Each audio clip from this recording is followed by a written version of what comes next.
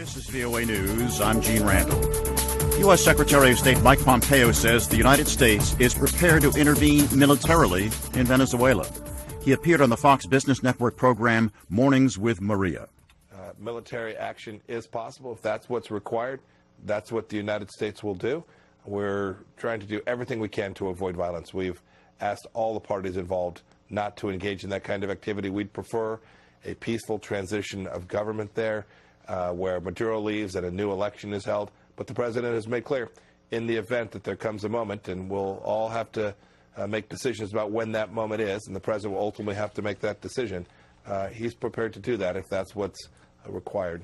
U.S. National Security Advisor John Bolton told CNN and Fox News Pompeo would speak today with Russian Foreign Minister Sergei Lavrov about Moscow's support for embattled President Nicolas Maduro. Meanwhile, in Venezuela, opposition leader Juan Guaido is urging his supporters to take to the streets again to protest Maduro's continued rule. Those protests yesterday were broken up by the military. Guaido has also repeated his call for the nation's armed forces to join the effort to remove Maduro from power. But for now, Nicolas Maduro seems very much in control, though Emmanuel Ottolenghi, with the Foundation for the Defense of Democracies, says that could change. It is very likely that the Maduro regime might want to arrest him, or even worse, just to remove what has become the symbol of defiance against the dictatorship. But the continuous support that Guaido gets from the international community, including the numerous foreign embassies still open in Caracas. To stay on top of the news every day or night, you can always go online to voanews.com. There is also a convenient VOA News mobile app. This is VOA News. WikiLeaks founder Julian Assange has been sentenced to 50 weeks in prison in London, found guilty of jumping bail in 2012. It was the maximum sentence, with the judge emphasizing the seriousness of the crime. WikiLeaks spokesman Kristen Hafrenson says tomorrow will see the start of Julian Assange's biggest and most important challenge, to fight against the extradition to the United States. What is at stake there could be a question of life and death for Mr. Assange.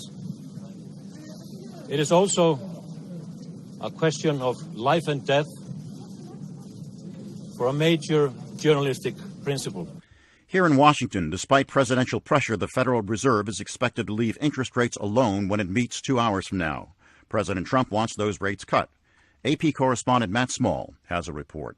When the Federal Reserve holds its news conference later today, it'll likely continue its signal that has reassured consumers and investors since the start of the year. No rate hikes are likely anytime soon.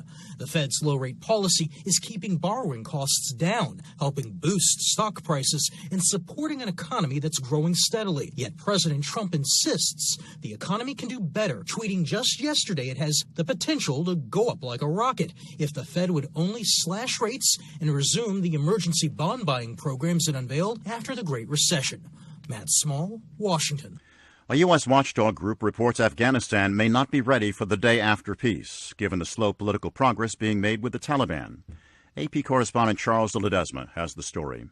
Washington's Special Inspector General for Afghan Reconstruction, or SIGAR, suggests Kabul needs to find a way to reintegrate Taliban fighters into society, combat corruption and rein in the country's runaway narcotics problem. The warning from SIGAR, a group which monitors billions of dollars in US aid to the country, comes in an overview of Afghan needs for the day after, once there is a peace deal with the Taliban. SIGAR's John Sapko says failure to reintegrate the estimated 60,000 Taliban fighters and their families into Afghan society could undermine peace. I'm Charles de Ledesma. U.S. Treasury Secretary Steven Mnuchin and Trade Representative Robert Lighthizer are in Beijing for the latest round of trade talks with China, as the world's two largest economies try to reach a resolution to their trade war. The two met today with Chinese Vice Premier Liu He, the main economic advisor to President Xi Jinping. This round of discussions will be followed by another here in Washington in the weeks ahead. Once again, to stay on top of the news day or night, you can always go online to voanews.com. There is also a convenient-to-use VOA News mobile app. This is VOA News.